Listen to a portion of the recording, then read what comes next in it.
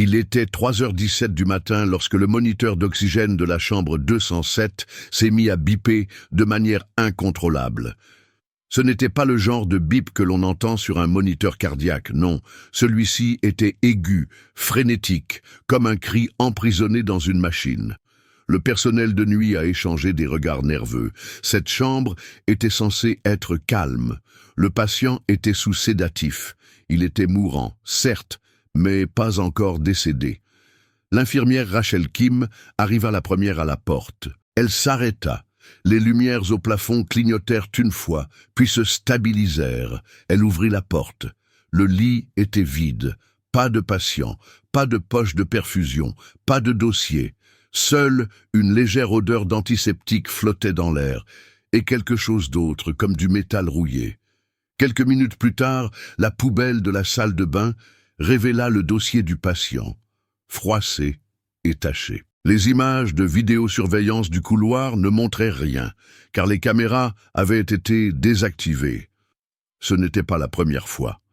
Au cours des 4 derniers mois, 7 patients en phase terminale avaient disparu dans des circonstances étranges.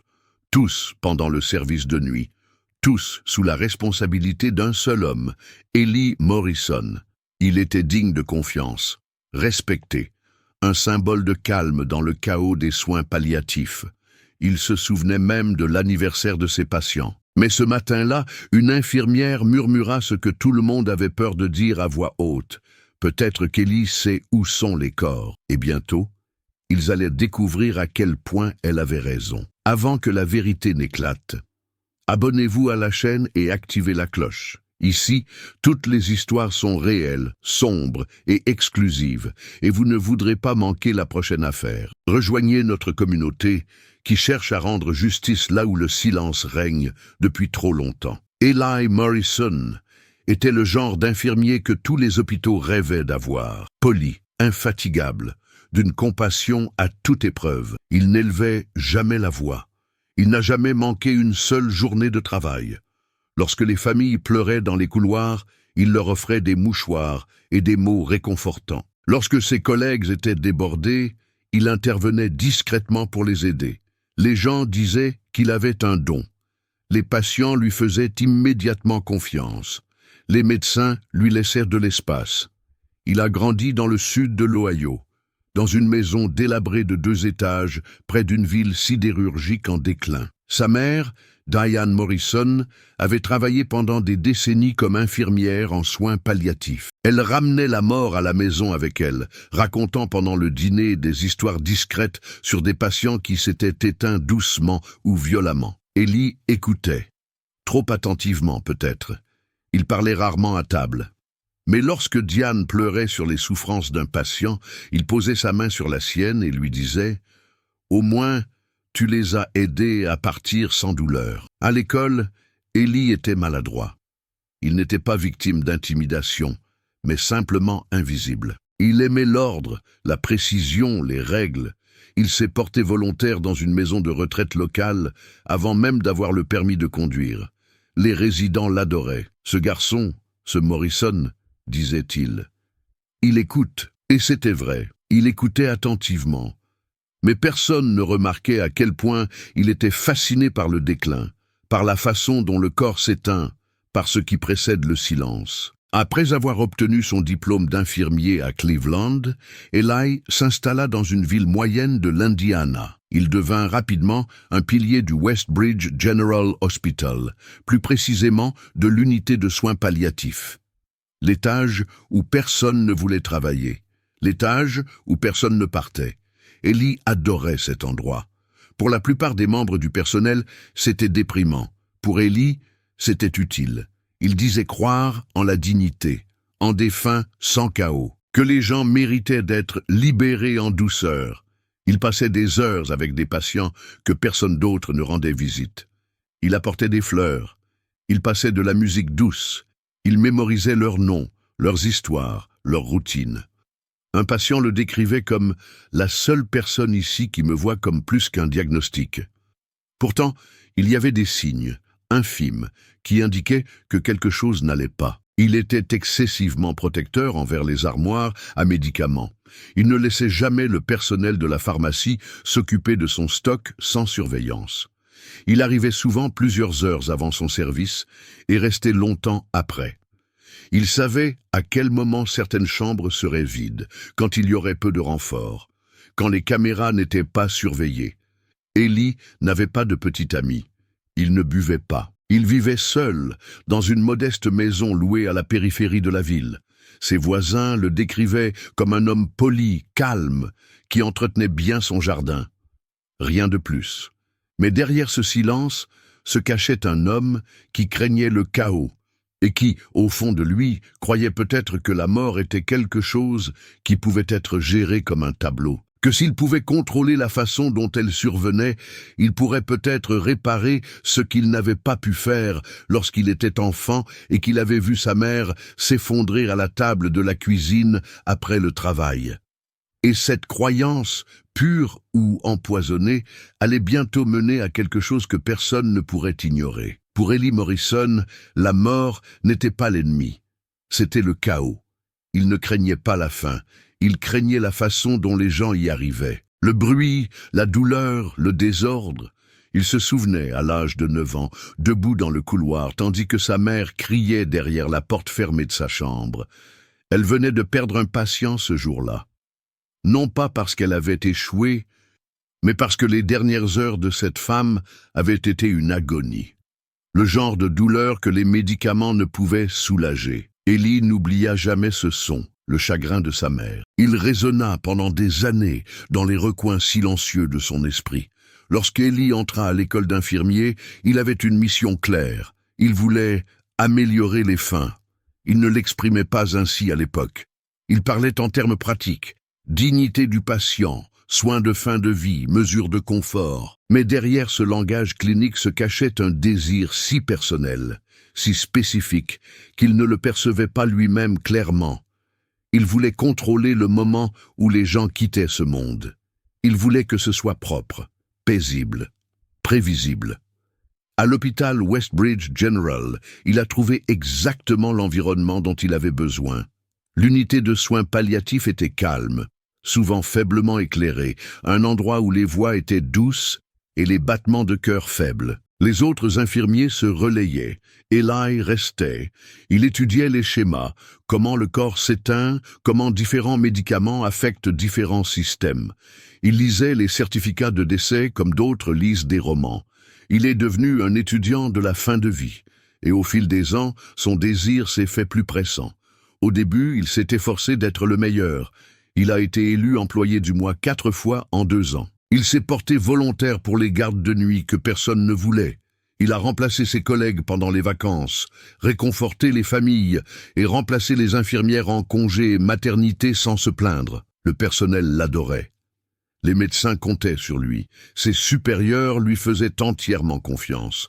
Mais cela ne lui suffisait pas. Ellie voulait plus que des éloges. Il voulait un but, quelque chose de sacré. Il a commencé à se voir comme un gardien, un berger guidant les âmes de la douleur vers la paix.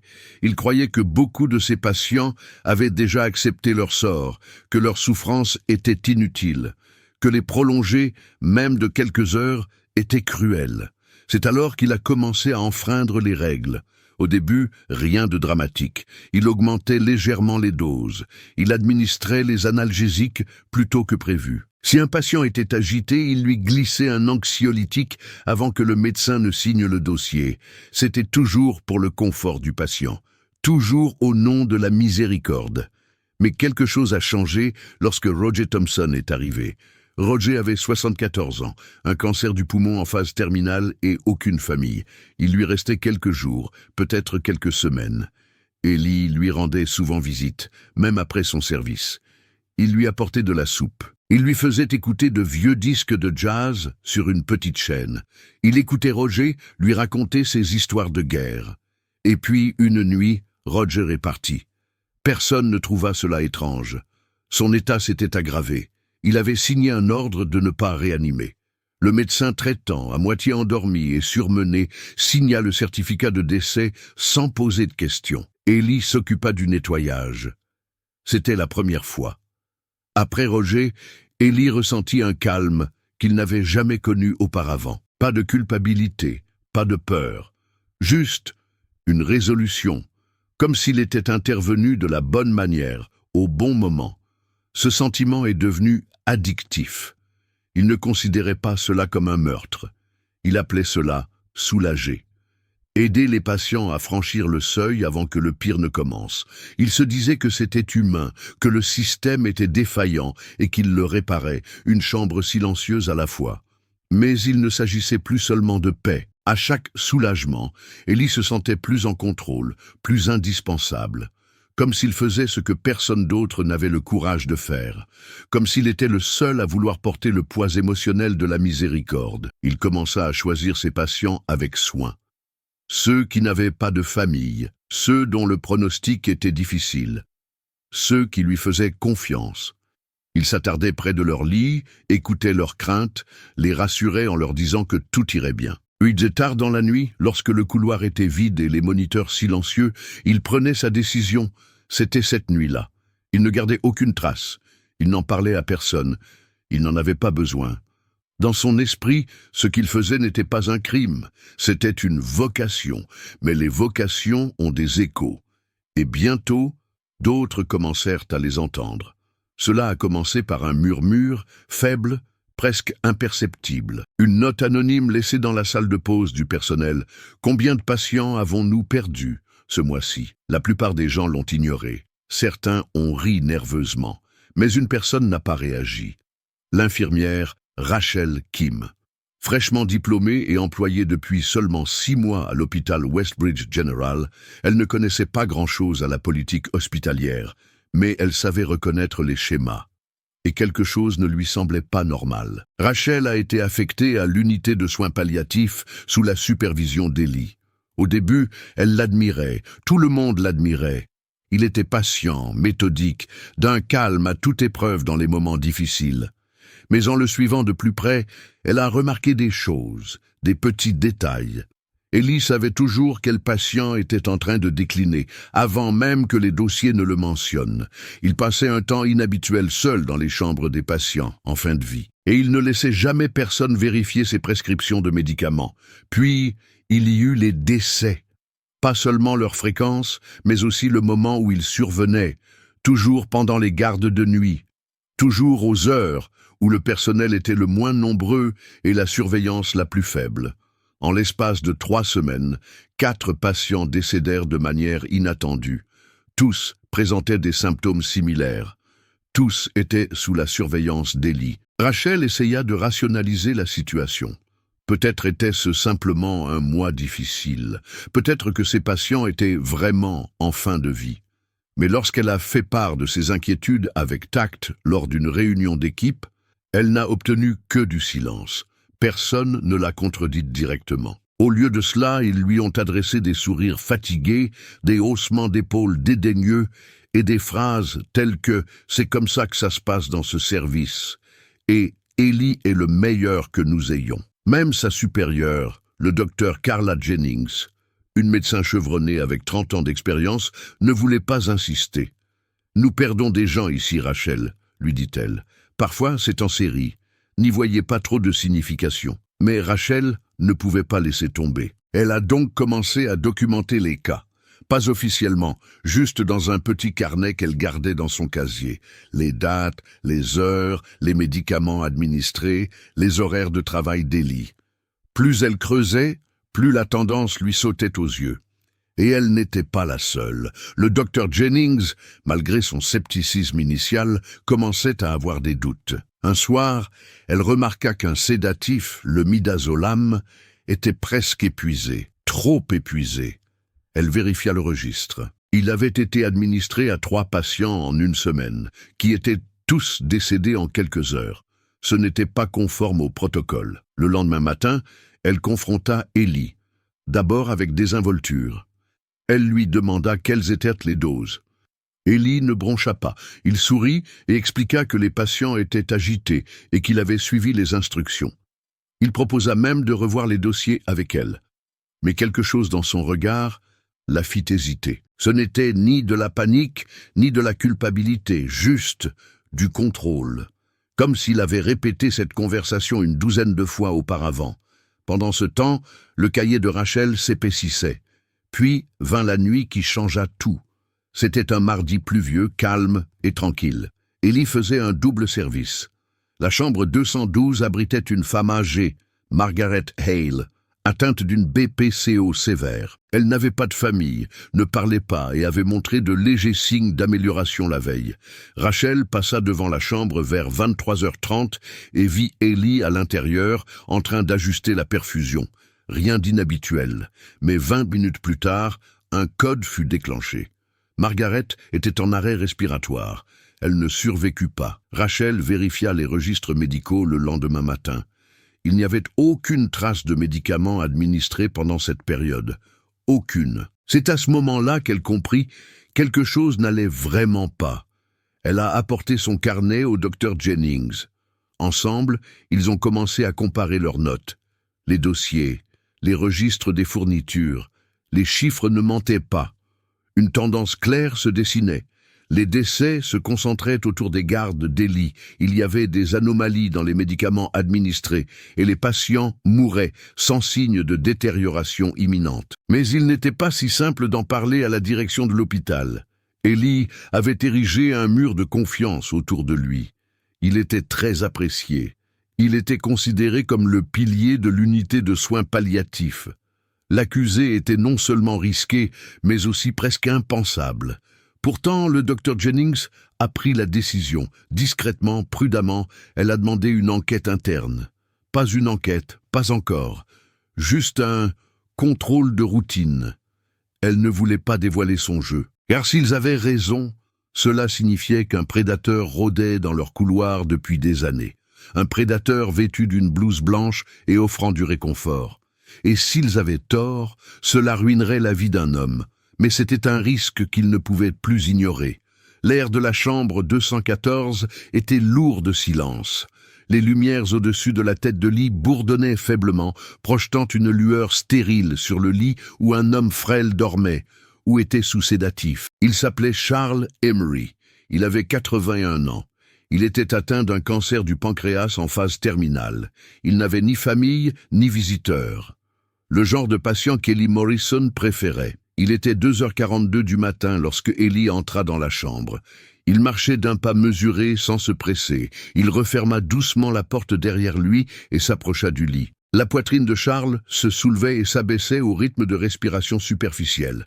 Le moniteur enregistrant un rythme cardiaque régulier, mais lent. Ellie ne dit rien. Il parlait rarement dans ces moments-là. Il portait des gants. Non pas parce qu'il en avait besoin, mais parce que cela contribuait à maintenir l'illusion du protocole. Il sortit de sa poche une petite seringue pré-remplie. Un liquide transparent, sans étiquette. Une dose qu'il avait préparée quelques heures plus tôt, dans un placard à fournitures, où la caméra avait été désactivée depuis longtemps. Il s'arrêta un instant, juste une seconde, et baissa les yeux vers Charles. « C'est mieux ainsi », murmura-t-il. Puis, avec un calme et une précision méticuleux, il inséra la seringue dans la perfusion et appuya. Au début, rien ne changea. Aucune alarme ne retentit. Aucune chute soudaine des signes vitaux. Le cocktail était conçu pour agir subtilement, ralentir progressivement la respiration, puis arrêter le cœur en silence. Cela ne prendrait pas plus de 8 minutes. Ellie resta là à observer, mais il ignorait que quelqu'un d'autre observait également. Plus tôt dans la soirée, Rachel Kim était revenue à l'hôpital pendant son jour de congé.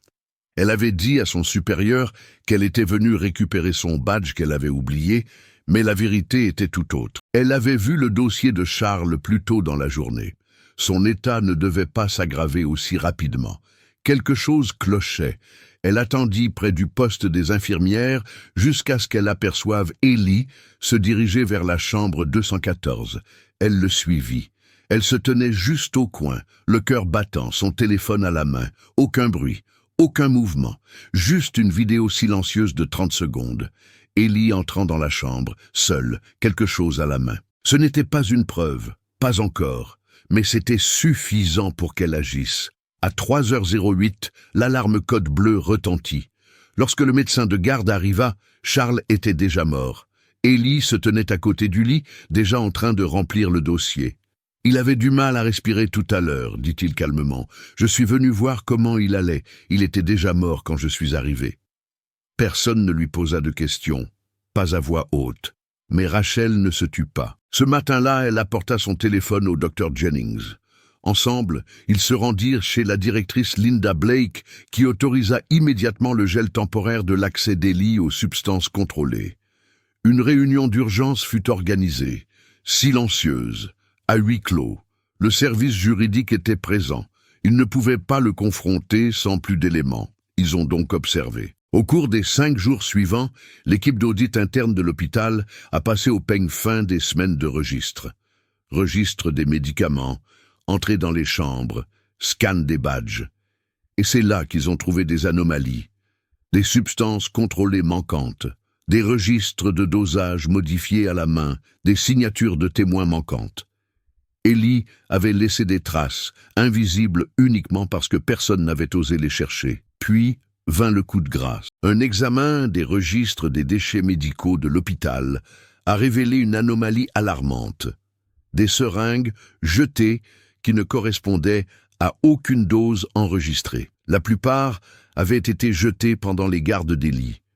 Mais l'une d'elles avait été retirée de la poubelle quelques heures après la mort de Charles Emery. Elle contenait encore des traces de diamorphine. Interrogée par l'équipe d'audit, Ellie n'a pas bronché. « Je n'y ai jamais touché », a-t-il déclaré. « Il doit s'agir d'une erreur administrative. Quelqu'un a dû signer à ma place. » Il était calme, maîtrisé, imperturbable. Mais en coulisses, l'hôpital avait déjà alerté la police. Le détective Marcus Hale a été chargé de l'affaire. Il a rencontré la direction de l'hôpital et a demandé un délai pour rassembler des preuves avant de procéder à une arrestation. Il ne voulait pas qu'Ellie s'enfuit, ou pire, détruire le peu qui restait. Ils ont donc attendu un jour de plus. Justin. Ellie, qui ne se doutait de rien, a pris son service comme d'habitude. Il a plaisanté avec le personnel. Il a apporté du thé à une fille en deuil dans la salle d'attente. Il a réconforté un patient dont la main tremblait. Mais ce soir-là, il n'est pas rentré chez lui. Il a été pris à part dans le vestiaire du personnel par l'agent Gina Ramirez et 2 détectives en civil. Calmement, respectueusement. « Monsieur Morrison, nous avons quelques questions à vous poser au sujet de certains dossiers médicaux. Nous aimerions que vous nous suiviez. » Il a acquiescé. Pas un mot de protestation, pas même un signe de surprise. Et juste comme ça, le charme était rompu. L'hôpital s'est mis à murmurer. Le personnel s'est regroupé dans les coins. Les téléphones se sont allumés pour afficher des SMS. « Tu as entendu ? Ellie a été arrêtée. Je n'y crois pas. » Mais Rachel y croyait. Elle l'avait vu. Elle avait entendu le silence dans cette pièce. Elle avait vu la mort suivre Ellie comme une ombre que personne d'autre ne pouvait voir. Cette nuit-là, personne n'a dormi à l'hôpital général de Westbridge. Et le masque parfait d'Ellie Morrison avait enfin craqué. La nouvelle ne s'est pas répandue comme une traînée de poudre, elle s'est infiltrée. Au matin, l'hôpital général de Westbridge était métamorphosé. Les chuchotements allaient plus vite que les balles. Les infirmières regardaient par-dessus leur épaule. Les médecins vérifiaient soudainement leur dossier. Et les patients, ceux qui avaient autrefois souri chaleureusement à l'homme en blouse bleue, posaient maintenant des questions d'une voix tremblante. C'est vrai? C'était lui? L'arrestation d'Ellie Morrison a brisé quelque chose de plus profond que la politique. Elle a brisé l'illusion de la sécurité. Dans un lieu fondé sur la confiance, quelqu'un avait fait de la mort sa mission, et personne ne s'en était aperçu. Pire encore, certains l'avaient remarqué et avaient gardé le silence. Les premiers à le ressentir furent les membres du personnel. L'infirmière Rachel Kim ne pouvait plus dormir depuis l'arrestation, pas après avoir aidé à découvrir les preuves. Elle n'arrêtait pas de revivre la scène, les pas silencieux d'Ellie, la façon dont il tenait la seringue comme si elle était faite pour lui, comme si elle avait toujours été là. Elle ne se sentait pas victorieuse. Elle se sentait vide. « Il était gentil avec moi », avoua-t-elle à un collègue quelques jours plus tard. « Il m'a montré comment utiliser les pompes à morphine. Il m'a dit que j'étais l'une des meilleures. » Maintenant, elle se demandait ce que cela signifiait. Le docteur Carla Jennings, médecin chevronné de l'unité, ressentait un poids encore plus lourd. Elle avait travaillé aux côtés d'Ellie pendant des années. Ils avaient partagé des cas difficiles, ri du mauvais café de l'hôpital, approuvé les plans de soins l'un de l'autre. Il était méticuleux, a-t-elle déclaré aux enquêteurs. Et il me donnait l'impression que tout était sous contrôle. Cette phrase « sous contrôle » la hantait, car c'était bien de cela qu'il s'agissait, n'est-ce pas? Du contrôle. Ellie n'était pas impulsif. Il n'agissait pas sous le coup de la colère ou de la négligence. Ses actions étaient prudentes, délibérées, enveloppées dans un langage empreint de compassion, et c'est ce qui rendait les choses encore pires.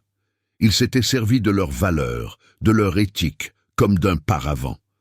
Les familles des patients furent les suivantes à ressentir les répercussions. La nièce de Margaret Hale, qui n'avait pas vu sa tante depuis des mois, apprit l'arrestation d'Ellie par les médias.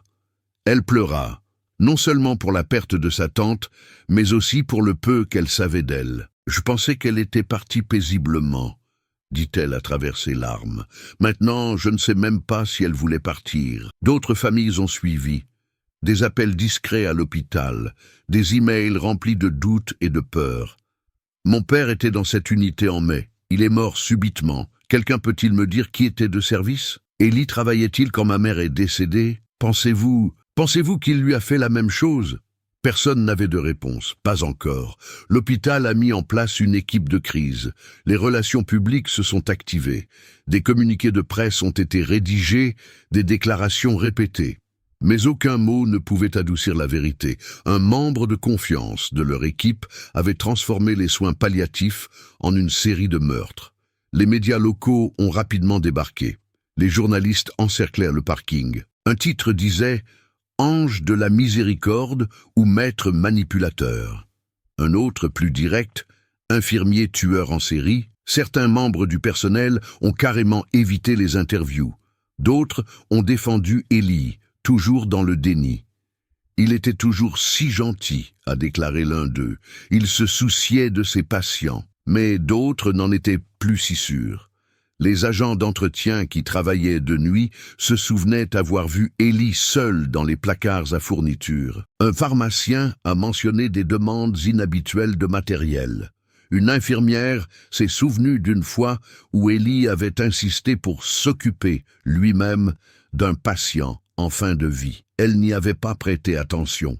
Maintenant, cela lui revenait sans cesse à l'esprit comme un avertissement qu'elle avait ignoré. Même le conseil d'administration de l'hôpital était sous le choc. Des poursuites judiciaires étaient à prévoir. Une révision des protocoles a immédiatement été mise en place. Les registres de médicaments ont été vérifiés 3 fois. Le personnel a suivi une nouvelle formation. Certains ont quitté l'hôpital, incapables de supporter l'idée d'avoir travaillé aux côtés d'une personne capable d'actes aussi horribles. À l'extérieur de l'hôpital, la communauté a réagi avec incrédulité. Eli vivait dans la même petite maison depuis près de 10 ans. Ses voisins le connaissaient comme un homme poli, ordonné et réservé. Il saluait tout le monde. Il tondait sa pelouse avec une régularité d'horloge. Il avait un jour aidé une vieille dame à porter ses courses jusqu'à son allée. Personne ne se doutait de rien. Pas une seule plainte. Pas un seul cri. Après son arrestation, une équipe médico-légale a fouillé son domicile. Ce qu'ils y ont trouvé allait être révélé plus tard. Mais pour l'instant, seul le silence régnait. Un silence glaçant et douloureux dans les couloirs où Ellie marchait autrefois, dans les chambres où il s'asseyait auprès de patients mourants, dans le cœur des gens qui l'admiraient autrefois. Car le pire n'était pas seulement ce qu'il avait fait, c'était la facilité avec laquelle il l'avait fait, et le temps qu'il avait fallu pour que quelqu'un l'arrête. Certains se demandaient s'il y avait d'autres victimes, des patients incinérés sans que personne ne pose de questions, des familles qui n'avaient jamais rien demandé. D'autres se demandaient si le système lui-même avait permis cela. Était-ce l'épuisement professionnel? Un contrôle de santé mentale défaillant? ou était-ce quelque chose de plus sombre qu'aucun dépistage ne pouvait détecter? Rachel ne voulait pas connaître la réponse. Elle voulait juste croire qu'elle l'avait arrêté à temps, mais même cela semblait fragile. Car lorsqu'elle regardait dans les yeux du patient suivant, de la famille suivante, elle voyait ce que tout le monde voyait désormais, le doute. Et le doute ne disparaît pas facilement. Si cette histoire vous a touché d'une manière ou d'une autre, laissez un j'aime et partagez vos impressions dans les commentaires. Ce sont parfois de petites réactions qui déclenchent de grandes conversations. Et votre voix ici peut donner un sens à celles qui ont été réduites au silence pendant si longtemps. Le détective Marcus Hale avait vu beaucoup de choses au cours de ses 22 années dans la police. Des violences domestiques, le crime organisé, des affaires classées qui l'empêchaient de dormir. Mais l'affaire Morrison avait quelque chose de différent, quelque chose de plus froid, de plus méthodique. Il ne voyait pas de chaos dans les actions d'Ellie, il voyait un plan. Lorsqu'il pénétra dans la modeste maison de 2 chambres d'Ellie, située sur Maple Street, avec un mandat de perquisition en main, il s'attendait à trouver des preuves de trafic de drogue. Peut-être d'anciens dossiers de patients ou des pilules cachées dans des tiroirs. Ce à quoi il ne s'attendait pas, c'était le sous-sol. Ce n'était pas ce qu'il contenait, mais l'atmosphère qui s'en dégageait. Les marches craquaient sous son poids, tandis qu'il descendait, lampe torche à la main. Le sous-sol était exceptionnellement propre. Pas de toile d'araignée, pas de poussière. Les murs étaient peints en vert pâle, et dans un coin se trouvait une armoire métallique fermée par un simple loquet. Sur l'établi voisin, des gants, des sacs en plastique hermétique et une étiqueteuse industrielle. L'armoire s'ouvrit facilement. À l'intérieur se trouvaient des dizaines de chemises en papier craft. Chacun était étiqueté avec un nom. Hale reconnut immédiatement certains noms sur la liste des patients de l'hôpital. D'autres lui étaient inconnus. Chaque dossier contenait des documents différents, des ordonnances, des certificats de décès, des notes manuscrites sur les habitudes des patients, voire des imprimés de leurs antécédents médicaux. Il ne s'agissait pas simplement de documents. C'était tout un système. Hale les étala sur le sol et commença à les classer par date. C'est alors que la chronologie apparut.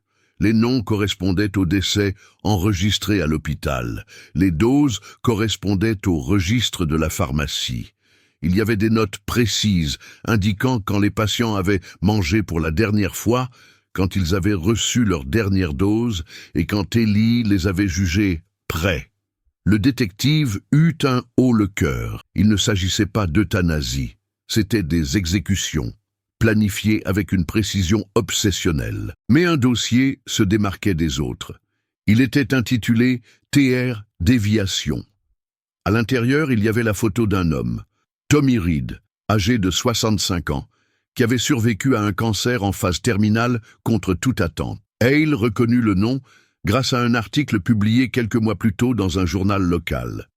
Tommy était un miracle, mais la note écrite de la main d'Ellie le glaça. Tentative d'euthanasie à 3h20 du matin. Le patient est devenu agité, a vomi, abandon, récupération inattendue, doit réviser le protocole pour insuffisance hépatique terminale. Tommy avait survécu à une tentative. Il était en vie. Et il n'en avait aucune idée. Le détective Hale a tout laissé tomber et s'est rendu directement à la maison de retraite où vivait Tommy.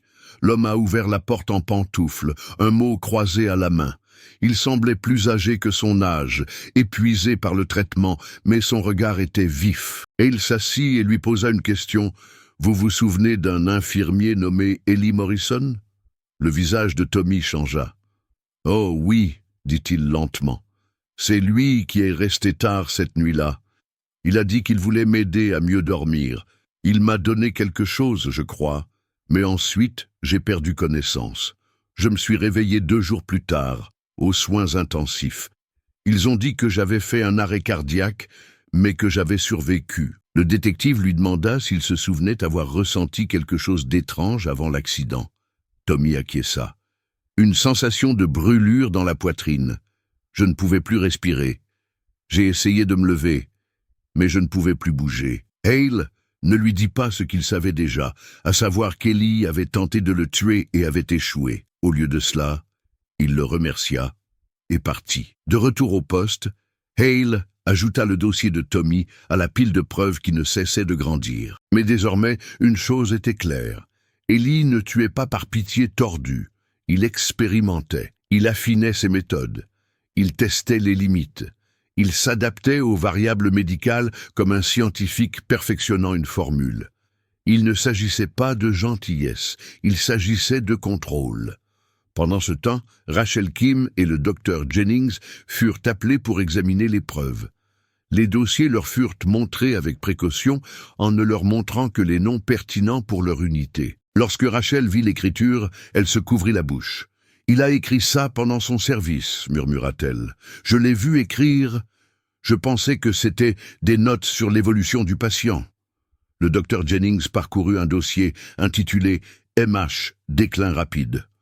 Margaret Hale, sa patiente. Il gardait ça chez lui, dit-elle presque pour elle-même. Pourquoi? Mais il s'avère pourquoi. Parce qu'Ellie Morrison voulait se souvenir, revivre son travail, conserver des traces de la propreté et de l'efficacité avec lesquelles il avait procédé à chaque soulagement. Cela changeait tout. Il ne s'agissait plus seulement de prouver qu'il s'agissait d'un meurtre. Il fallait comprendre l'esprit qui se cachait derrière. Un homme qui avait constitué des archives privées sur la mort. Pas des trophées, mais des plans. Les médias n'avaient encore rien vu. Mais Hale savait que lorsqu'il le verrait, cela bouleverserait la ville. Une question subsistait toutefois. Si Eli était si méticuleux, que n'avait-il pas encore trouvé? Le détective Marcus Hale savait que tout avait basculé lorsqu'ils avaient découvert les dossiers dans le sous-sol. Mais les trouver n'était pas une fin en soi, c'était le début d'une véritable guerre. Une guerre pour la vérité, la responsabilité et la justice. Et la première étape consistait à franchir les murs que l'hôpital avait mis des décennies à ériger pour se protéger. Ellie Morrison avait passé avec succès toutes les vérifications d'antécédents, toutes les évaluations de performance, tous les tests psychologiques. C'était l'employé modèle.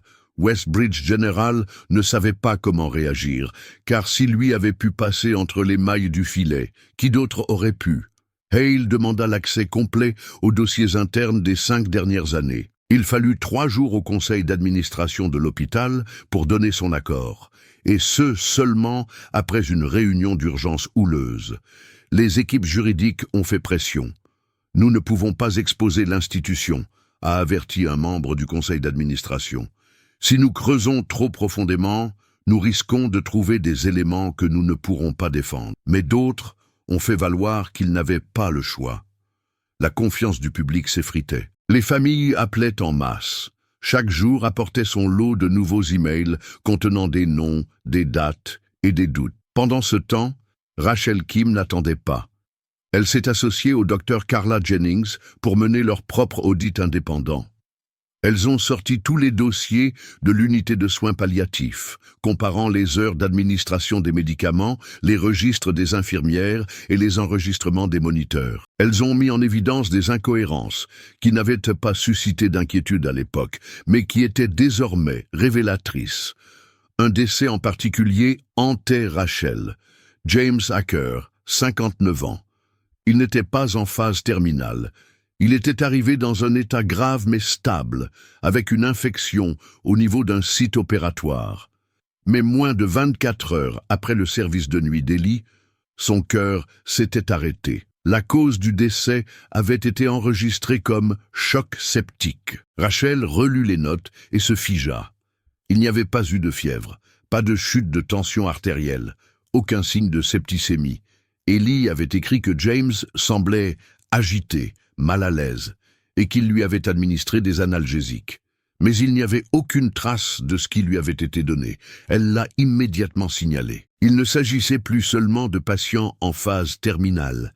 Ellie avait peut-être commencé à accélérer la mort de patients dont il pensait simplement qu'ils ne s'amélioreraient pas, ou pire, de ceux qui lui donnaient l'impression de perdre le contrôle. Hale a transmis cette découverte au bureau du procureur général. L'assistante du procureur Nicole Everett a jeté un coup d'œil à la pile de noms qui s'épaississait et a pris la décision. « Nous ne pouvons pas nous contenter d'une seule accusation de meurtre », a-t-elle déclaré. Nous avons affaire à un tueur en série, et il pourrait s'agir de la plus grande affaire d'homicide dans le secteur de la santé de l'histoire de l'État. La suite était publique. Une conférence de presse a été organisée un jeudi matin pluvieux. Les caméras envahissaient la petite salle de la mairie. La procureure Everett s'est avancée vers le micro et a parlé clairement. Aujourd'hui, nous confirmons qu'Ellie Morrison a été officiellement inculpée de 6 chefs d'accusation de meurtre au premier degré et que d'autres chefs d'accusation pourraient être ajoutés au fur et à mesure de l'enquête. Nous pensons que ces actes étaient prémédités, systématiques et dissimulés sous le couvert de soins médicaux. Le choc a été violent. Les familles pleuraient, les infirmières démissionnaient, les administrateurs démissionnaient. Des poursuites judiciaires ont été engagées dans l'heure qui a suivi. Mais tandis que le monde entier avait les yeux rivés sur les gros titres, quelque chose d'autre se tramait en coulisses. Le détective Hale a reçu un appel du laboratoire médico-légal de l'État. Ils avaient analysé les seringues trouvées au domicile de Morrison. La plupart contenaient des résidus de morphine ou de diazépam, mais 2 d'entre elles contenaient un mélange des deux, à des concentrations inhabituelles, suffisantes pour provoquer une insuffisance respiratoire immédiate. Ce n'était pas un dosage standard, c'était calculé, conçu pour imiter une mort naturelle tout en effaçant les preuves. Il lui fallait plus. Il a demandé une ordonnance d'exhumation. Sur les 6 victimes confirmées, 4 avaient été incinérées, mais 2, Charles Emery et Margaret Hale, avaient été enterrés. C'était controversé, douloureux pour les familles, mais nécessaire. Lorsque l'ordonnance a été approuvée, Hale a assisté personnellement aux 2 autopsies. Les résultats étaient sans appel. Les 2 corps contenaient des doses mortelles de morphine incompatibles avec les registres administratifs de l'hôpital. Dans les 2 cas, les médicaments avaient été administrés dans l'heure suivant le décès, sans ordonnance médicale. C'était suffisant. Suffisant pour prouver l'intention. Suffisant pour prouver le meurtre. Mais même alors, Hale savait que cela ne suffirait pas à clore l'affaire, car dans un cas comme celui-ci, la justice ne concernait pas seulement un homme. Elle concernait le système qui lui avait permis de prospérer. Hale a donc fait quelque chose d'inhabituel. Il a appelé Rachel Kim, et il l'a remerciée. Pourquoi ? A-t-elle demandé. Pour avoir été la première à le dire à voix haute, car si elle n'avait pas suivi son instinct, si elle n'avait pas posé de questions alors que personne d'autre ne le faisait, Ellie Morrison serait peut-être encore en liberté. Il serait peut-être encore en train de choisir qui vit, qui meurt et qui disparaît dans le silence de la nuit. Rachel n'a pas pleuré. Elle a simplement hoché la tête et a répondu « Faites-moi savoir si je peux faire autre chose, car ce n'était pas fini. » Pas encore. Ellie Morrison était assis dans la salle d'audience 4B, vêtu d'un costume bleu marine qui lui allait trop bien pour quelqu'un dans sa situation. Ses cheveux étaient soigneusement peignés, son visage rasé de près, son port droit. On aurait pu croire qu'il se rendait à un entretien d'embauche et non qu'il était jugé pour plusieurs chefs d'accusation de meurtre au premier degré. Mais le détective Marcus Hale ne se laissait pas tromper par les apparences. Assis 3 rangées derrière la table de l'accusation, il observait le moindre changement dans l'expression d'Ellie, à la recherche d'une faille, d'un signe d'humanité, d'un remords. Il n'y en avait aucun. L'atmosphère était tendue dans la salle d'audience. Il y avait foule. Des infirmières, des familles d'anciens patients, des journalistes et des administrateurs de l'hôpital remplissaient la tribune. Certains chuchotaient, d'autres fixaient l'avant de la salle, les mains crispées sur leurs genoux. La juge, une femme sévère nommée Valérie Monroe, demanda le silence lorsque le procès commença. L'accusation ouvrit le bal avec une phrase qui transperça la salle comme une lame. Ellie Morrison n'a pas seulement trahi son serment d'infirmier, il a transformé l'acte sacré des soins infirmiers en une série de meurtres froids et calculés. L'assistante du procureur Nicole Everett présenta son dossier de manière méthodique. Elle passa en revue avec le jury les dossiers hospitaliers, les registres de médicaments falsifiés, les commandes de médicaments non autorisés et, plus accablant encore, les dossiers trouvés dans le sous-sol d'Ellie. Elle leur montra le dossier TR Déviation. la note sur Tommy Reed. Puis elle a appelé Tommy à la barre. Tommy était frêle mais déterminé. Il a raconté à la cour la nuit où il avait perdu connaissance. La sensation de brûlure dans sa poitrine, l'impression d'être tiré sous l'eau. Il n'avait jamais su qu'il avait failli mourir et que c'était intentionnel. Les jurés semblaient bouleversés. Puis vint le témoignage de Rachel Kim. Elle parla clairement, fermement, même si sa voix tremblait au souvenir de ce qu'elle avait vu cette nuit-là devant la chambre 214. Elle diffusa la vidéo muette enregistrée sur son téléphone, montrant Ellie entrant seule dans la chambre, une seringue à la main. « Je savais que quelque chose n'allait pas, dit-elle. Je ne voulais pas y croire, mais je ne pouvais pas l'ignorer. » Le docteur Carla Jennings a pris la parole. Elle a décrit l'audit, les incohérences médicales et la peur grandissante qui l'avait envahie lorsque tout avait conduit à Eli. Ce n'était pas une erreur, a-t-elle déclaré. C'était délibéré, à maintes reprises. La défense n'avait guère de marge de manœuvre. Elle a fait valoir qu'Eli n'avait agi que dans l'intérêt du confort et de la dignité des patients, que ces derniers étaient en phase terminale, qu'il avait peut-être fait de mauvais choix, mais que ceux-ci étaient motivés par la compassion. Mais l'accusation a alors présenté des preuves scientifiques. Des toxicologues experts ont témoigné que les doses utilisées n'étaient pas palliatives, mais mortelles. Un spécialiste a démontré que les concentrations de médicaments dans l'organisme de Charles Emery et Margaret Hale ne pouvaient pas résulter d'un traitement standard. Elles étaient mortelles dès leur arrivée. Puis vint le moment qui fit basculer l'affaire. L'inspecteur Hale présenta la dernière pièce à charge, un enregistrement vocal. Il n'avait pas été obtenu grâce à la surveillance. Il avait été récupéré sur une enceinte connectée qui s'était accidentellement déclenchée chez Ellie. Un court extrait, incomplet mais suffisant. La voix d'Ellie, calme, presque philosophique. Ils ne comprennent pas. Ils pensent qu'ils aident en faisant traîner les choses. Mais ce n'est pas de la miséricorde que de laisser quelqu'un s'étouffer dans son dernier souffle. Ce n'est pas de la miséricorde que de les regarder supplier qu'on les laisse se taire. Pas de nom, pas d'aveu de crime. Mais pour le jury, cela suffisait pour comprendre la façon de penser d'Eli, comment il se justifiait et comment il croyait avoir raison. Après 3 semaines de témoignages, l'affaire a été soumise au jury. Ils ont délibéré pendant un peu moins de 6 heures. Quand ils sont revenus, la salle d'audience s'est figée. Eli s'est levé, impassible. Le verdict, coupable de tous les chefs d'accusation. Un cri étouffé a parcouru la salle. Certains ont pleuré. D'autres ont simplement fermé les yeux et respiré, enfin, comme s'ils avaient retenu leur souffle pendant des mois. Eli ne montra aucune émotion. Il cligna des yeux, s'assit, croisa les mains. La juge Monroe ordonna que la sentence soit prononcée immédiatement. Elle ne mâcha pas ses mots. Vous avez utilisé votre position pour mettre en œuvre une philosophie personnelle qui a privé des gens de leur temps, de leurs adieux, de leur dignité.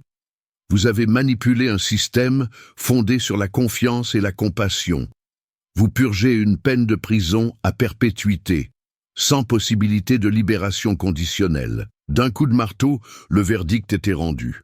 Rachel quitta la salle d'audience et se tint sur les marches du palais de justice.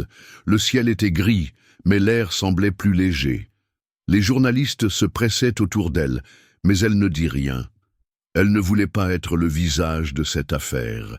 Elle voulait juste retourner travailler, aider quelqu'un sans remettre en question chaque geste de gentillesse. Le docteur Jennings se tenait près d'elle, la main posée sur son épaule. « Vous avez fait ce qu'il fallait », lui dit-elle doucement. « Je ne me sens pas comme une héroïne », répondit Rachel. « Vous n'avez pas à l'être, dit Jennings. Vous devez juste être courageuse, et vous l'avez été. » Le détective Hale observait depuis le côté. Il ne s'approcha pas de la presse. Il n'en avait pas besoin. L'affaire était terminée. Justice avait été rendue. Mais il savait que la suite serait plus difficile. La paperasse, les poursuites civiles, la révision des politiques, les entretiens. La longue ombre qu'Eli avait projetée allait persister pendant des années, mais pour la première fois, il y avait une lueur d'espoir. Dans la salle d'audience, Eli Morrison fut emmené menotter. Il ne résista pas. Il ne dit pas un mot. En passant devant la tribune, il jeta un regard à Rachel, une seule fois. Elle ne détourna pas les yeux. Le lendemain de la condamnation d'Ellie Morrison, les couloirs de l'hôpital général de Westbridge étaient plus calmes que d'habitude. Ce n'était pas seulement l'absence d'Ellie, c'était la présence de tout ce qu'il avait laissé derrière lui, la confiance qu'il avait brisée, les personnes qu'il avait hantées, le silence qu'il avait utilisé comme une arme. À l'intérieur de l'hôpital, une réunion d'urgence du personnel était en cours. Pas de blouse, pas de dossier, juste la réalité crue et inconfortable d'avoir travaillé aux côtés d'un tueur en série sans s'en rendre compte. La directrice Linda Blake se tenait devant une salle de conférence bondée. Sa voix se brisa lorsqu'elle prit la parole. Nous sommes en deuil. Non seulement pour les vies qui ont été perdues, mais aussi pour la confiance que nous avons perdue en nous-mêmes. Certains hochèrent la tête, d'autres pleuraient.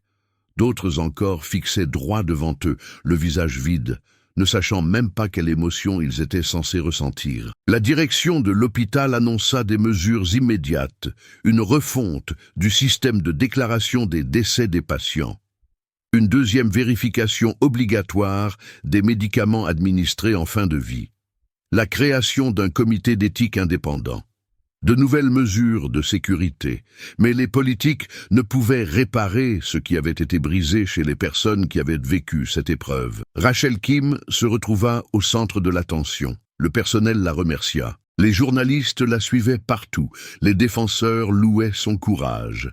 Mais à l'intérieur, elle se sentait déchirée. Ellie avait été son mentor, son guide pendant ses premiers mois terrifiants. Elle l'avait admiré. Elle lui avait fait confiance. Et il avait profité de cela.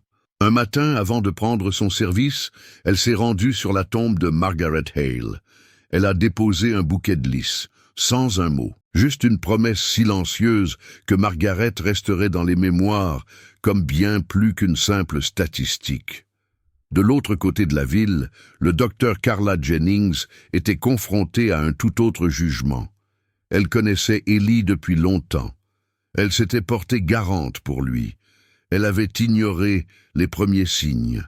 La culpabilité s'était insinuée dans ses pensées pendant la nuit et ne la quittait plus. Lors d'une conférence de presse à l'hôpital, elle a répondu à la question que beaucoup évitaient. Comment cela a-t-il pu arriver? Elle n'a pas cherché d'excuses. J'ai cru en lui, a-t-elle déclaré simplement. Et cette confiance m'a empêché de voir ce qui se passait sous mon nez. Certains ont salué son honnêteté. D'autres se sont montrés moins indulgents. Mais la vérité était là. Ellie avait prospéré dans l'ombre de leurs bonnes intentions. Pour les familles des victimes, le verdict n'était que le début d'un long et incertain processus de guérison. Doris Langley, dont le père était décédé sous la garde d'Ellie, se tenait devant le tribunal, une photo à la main. Elle la brandissait devant les caméras. Un homme souriant aux cheveux blancs tenant une canne à pêche. « C'est mon père », a-t-elle déclaré. Il ne méritait pas d'être effacé comme ça. Il était plus qu'un patient. Il était plus qu'un numéro. Des dizaines de familles ont fait écho à ces propos. Les poursuites judiciaires se sont multipliées. Des audiences civiles ont été programmées. Les enquêtes se sont élargies afin de déterminer si d'autres établissements où Ellie avait travaillé par le passé pouvaient également cacher des décès non signalés. Les médias ont couvert l'affaire sans relâche. Les talk-shows ont débattu de l'éthique des soins de fin de vie. Des documentaires ont été annoncés. Des éditoriaux remplis d'indignation, de peur et de reproches ont été publiés dans tous les grands médias. Le terme « protocole Morrison » a commencé à circuler dans les milieux médicaux, non pas comme un éloge, mais comme un avertissement. Au niveau de l'État, les législateurs ont présenté un projet de loi exigeant des audits par des tiers pour tous les décès de patients en phase terminale dans les établissements de soins de longue durée. Il a été adopté à l'unanimité. Mais au-delà des réglementations, quelque chose de plus profond avait changé. Dans les salles de pause à travers le pays, les infirmières ont commencé à poser des questions plus difficiles. Les nouvelles recrues ont été formées non seulement aux compétences, mais aussi à la méfiance. Les hôpitaux ont revu leurs angles morts en matière de surveillance. Les pharmaciens ont vérifié les registres 2 fois au lieu d'1. Et pourtant, la peur persistait. Car Ellie n'était pas un stéréotype. Il n'était pas un cas isolé, violent et dérangé. Il était organisé, poli, bon.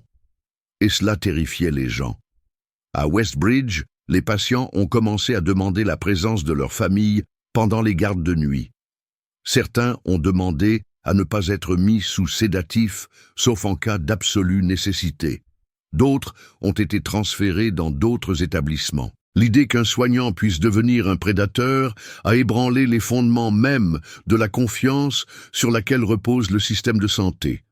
Mais au milieu de ce traumatisme, il y avait des signes discrets de résilience. Tommy Reed, le survivant qu'Ellie avait autrefois qualifié de « déviation », a été invité à prendre la parole lors d'un séminaire sur l'éthique médicale. Il se tenait debout sur le podium, frêle mais déterminé, et regardait la salle remplie de médecins, d'infirmières et d'étudiants. « J'aurais dû mourir », a-t-il déclaré. « Quelqu'un en avait décidé ainsi pour moi, mais j'ai survécu. Et aujourd'hui, je peux vous dire ceci. N'ignorez pas votre instinct. N'étouffez pas cette petite voix qui vous dit que quelque chose ne va pas. Quelqu'un m'a écouté et cela m'a sauvé la vie. » Ces paroles ont fait le tour du monde.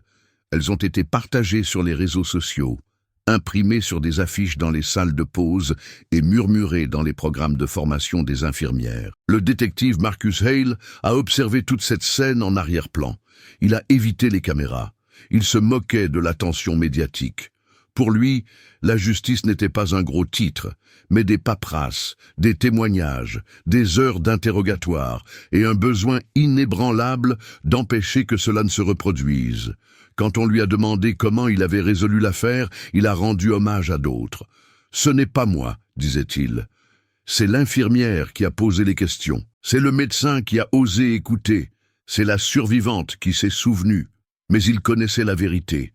Sans Rachel, sans Carla, sans un système qui a finalement choisi d'écouter après des années de silence, Ellie Morrison arpenterait encore les couloirs de l'hôpital. Il choisirait encore qui pourrait dire au revoir et qui ne le pourrait pas. Au final, ce n'est pas la force qui a permis de résoudre l'affaire, c'est l'observation. C'est quelqu'un qui a osé regarder de plus près, poser des questions plus fortes et refuser de reculer. Ellie Morrison a peut-être réduit au silence des dizaines de personnes, mais celles qu'il n'a pas pu faire taire sont devenues la raison pour laquelle il a finalement été arrêté. Une question obsédante subsiste après chaque affaire tragique. Comment personne n'a-t-il rien vu? Dans le cas d'Ellie Morrison, la réponse n'est pas simple, car les gens ont vu des choses. Mais ils ne savaient pas ce qu'ils voyaient. Ils voyaient une infirmière qui faisait des heures supplémentaires, qui restait calme sous la pression, qui tenait la main des mourants et se souvenait des anniversaires. Ils voyaient de la gentillesse, du dévouement, de la compassion. Mais derrière ce masque se cachait quelque chose de tout à fait différent. Ce qu'Ellie a appris au monde, de manière douloureuse et irréversible, c'est que le mal ne crie pas toujours. Parfois, il murmure.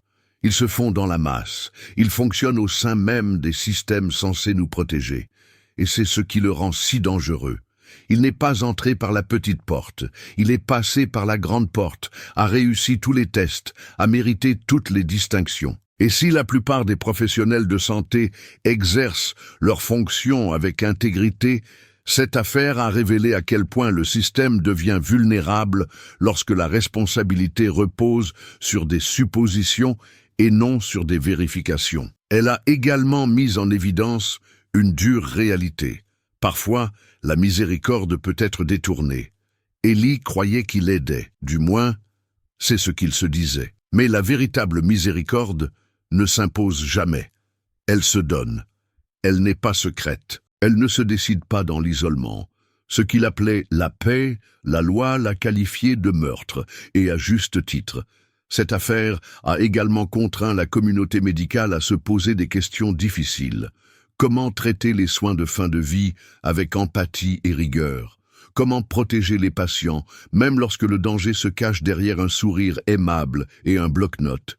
Mais au milieu de toute cette obscurité, il y avait une lueur d'espoir. Il y avait une jeune infirmière qui a fait confiance à son instinct, une médecin qui a admis qu'elle avait tort et qui a choisi d'agir malgré tout, un patient qui a survécu et qui a trouvé le courage de parler. et un détective qui ne considérait pas un hôpital calme comme un endroit sûr, mais comme un endroit qui méritait d'être remis en question. Ce sont ces personnes qui ont réécrit la fin de l'histoire. Et elles nous rappellent que ce ne sont pas les systèmes qui échouent, mais les personnes, lorsqu'elles cessent d'être attentives. Cette histoire nous invite tous à être plus attentifs, à regarder au-delà des apparences, à prendre la parole quand il est plus facile de se taire, car parfois les pires monstres ne se cachent pas dans l'ombre, mais agissent sous les néons, derrière des badges, dans des endroits que nous n'aurions jamais songé à remettre en question. Ellie Morrison pensait avoir le droit de décider qui devait vivre ou mourir. Mais il avait tort, et ceux qui l'ont arrêté ont prouvé que la justice n'est pas toujours rapide, mais qu'elle finit toujours par arriver, une voie, un pas, une vérité à la fois. 6 mois après la condamnation d'Ellie Morrison à la prison à vie, la ville de Westbridge tentait toujours de retrouver un semblant de normalité. Mais la normalité ne serait plus jamais la même. L'hôpital général de Westbridge a subi des changements radicaux. Une nouvelle direction a été mise en place. Les registres de médicaments ont été numérisés et rendus accessibles à des auditeurs tiers. L'unité de soins palliatifs, autrefois le domaine d'Ellie, a été entièrement rénovée. Les murs ont été repeints, les politiques réécrites, le personnel formé à nouveau. Elle a été rebaptisée Unité Margaret Hale. C'était un geste modeste, mais significatif. Une façon de se souvenir des vies perdues, non pas comme victimes d'une tragédie, mais comme des personnes qui comptaient. Les portraits des patients décédés de mort naturelle ont été accrochés au mur en hommage. La photo de Margaret trônait au centre. Rachel Kim est restée. Malgré les offres d'hôpitaux plus importants et de groupes de défense des droits, elle a choisi de rester à Westbridge. Elle ne voulait pas fuir ce qui s'était passé, elle voulait y faire face. Chaque jour où elle entrait dans l'unité, elle se rappelait ce qui s'était passé, mais cela lui rappelait aussi ce qu'elle avait contribué à empêcher. Le docteur Carla Jennings a pris un congé, mais elle est revenue ensuite enseigner l'éthique médicale dans une université voisine. Elle a créé un programme intitulé « La ligne à ne pas franchir », utilisant le cas d'Ellie comme étude de cas sur la responsabilité, la surveillance et la responsabilité morale. Le détective Marcus Hale a reçu une récompense pour son rôle dans l'enquête, mais a refusé toute interview. Il a repris discrètement son travail, clôturant d'autres affaires et encadrant de nouveaux détectives. Lorsqu'on lui a demandé en privé ce que l'affaire Morrison lui avait appris, il a répondu « Ne confondez jamais routine et sécurité ». Ellie Morrison, désormais détenue sous le numéro 76388, est toujours incarcérée dans un établissement pénitentiaire de haute sécurité. Il n'a jamais avoué, il n'a jamais montré de remords. Dans ses rares déclarations publiques, il a décrit ses actes comme motivés par la miséricorde et a affirmé avoir été incompris. Mais sa voix n'avait plus aucun pouvoir. Les familles des victimes ont formé un réseau de soutien. Elles se réunissaient chaque mois dans le sous-sol d'une église locale, non seulement pour faire leur deuil, mais aussi pour s'organiser. Elles ont fait pression pour que la loi impose un contrôle annuel par un organisme tiers des pratiques en matière de soins palliatifs. En moins d'1 an, le projet de loi a été adopté dans 3 États voisins. Tommy Reed est devenu une figure locale. Il a donné des interviews, non pas pour la gloire, mais pour rappeler aux autres que survivre implique des responsabilités. Il s'est rendu dans des écoles de médecine pour parler aux futurs infirmiers et médecins de la vigilance, de l'intuition et de l'importance de s'exprimer même lorsque c'est difficile. Certaines zones d'ombre subsistent. Tous les patients dont Ellie s'était occupée n'ont pas pu être exhumés. Tous les dossiers ne contenaient pas suffisamment de preuves. Le nombre officiel de victimes a été fixé à 12, mais les experts estiment qu'il pourrait être 2 ou 3 fois plus élevé. Ces affaires ne seront peut-être jamais classées, mais le silence qui protégeait autrefois Ellie a disparu. Et à sa place, une leçon est gravée dans le cœur d'une communauté. Toujours demander, toujours vérifier. Toujours se soucier des autres, mais jamais aveuglément, car la confiance ne doit jamais servir de bouclier pour nuire. Maintenant que vous connaissez toute l'histoire d'Ellie Morrison, l'infirmier qui a transformé la confiance en arme, nous aimerions connaître votre avis. Pensez-vous qu'il croyait vraiment qu'il aidait? Était-ce de la miséricorde ou simplement du contrôle déguisé en compassion? Et surtout, pensez-vous que justice a vraiment été rendue? Donnez votre avis dans les commentaires. Que vous soyez un professionnel de santé, un membre de la famille ayant été confronté à des soins de fin de vie ou simplement quelqu'un qui a suivi cette histoire avec incrédulité, votre opinion compte. Nous savons que de tels cas sont rares, mais ils nous rappellent que les systèmes sur lesquels nous comptons ne sont aussi solides que les personnes qui les composent. Si cette histoire vous a ému, si elle vous a mis en colère, si elle vous a fait réfléchir ou si elle vous a ouvert les yeux, rendez-nous service, partagez-la. Envoyez cette vidéo à quelqu'un qui a besoin de la voir, quelqu'un qui croit encore que ce genre de choses n'arrive pas vraiment, parce que ça arrive. Et c'est le silence qui permet que cela continue. N'oubliez pas non plus de vous abonner à la chaîne et d'activer les notifications, car chaque semaine, nous présentons un nouveau cas qui plonge dans les recoins les plus sombres du comportement humain. Des cas qui dérangent, qui interpellent, qui restent gravés dans votre mémoire longtemps après la fin de la vidéo. Alors continuons la conversation, car lorsque nous parlons de ces histoires, lorsque nous en parlons vraiment, nous rendons hommage aux victimes. Et nous nous rappelons que la prise de conscience n'est pas seulement un outil puissant, c'est une protection. À la semaine prochaine, avec un autre cas qui vous fera tout remettre en question. D'ici là, restez curieux, restez prudents et continuez à vous faire entendre. Selon vous, que s'est-il réellement passé? Faites-nous part de votre avis ci-dessous.